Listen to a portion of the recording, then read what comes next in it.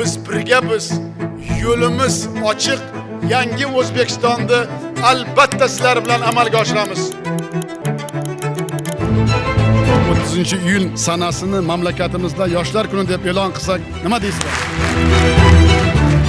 Yangi O'zbekistonni yoshlarsiz tasavvur qilish mumkin emas. Sizlarni O'zbekistonning eng katta boyligi sifatida yuksak qadrlayman.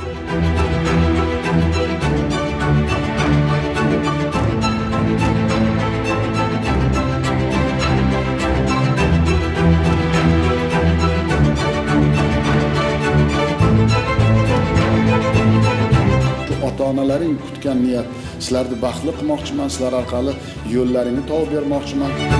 Juda katta kuch-qudrat olaman sizlardan. Sizlar mana shunday kuch-qudrat egasisizlar.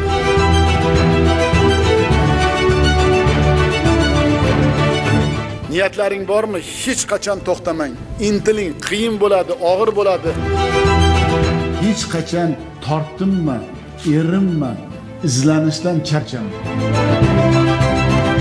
Siz axir osmonni olmoqchi bo'lsangiz, ne uchun yelkamni tutib bermayin?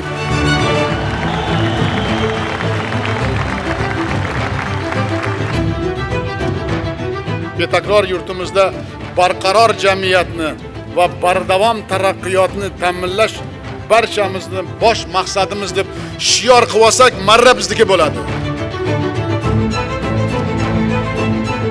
Har bir farzandim o'zini mukammal fikri bor, o'zini mukammal ijodi bor, o'zini mukammal ertangi kuniga hech kimdan kam bo'lmagan yo'li bor. Bu albatta biz uchun katta iftixor va katta boylik deb o'ylayman.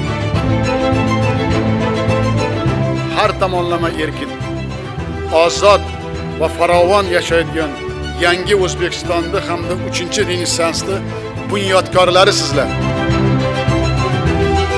Hech qachon unutmanglar. Adolat bir narsada, ta'limda, intilishda, bilimda.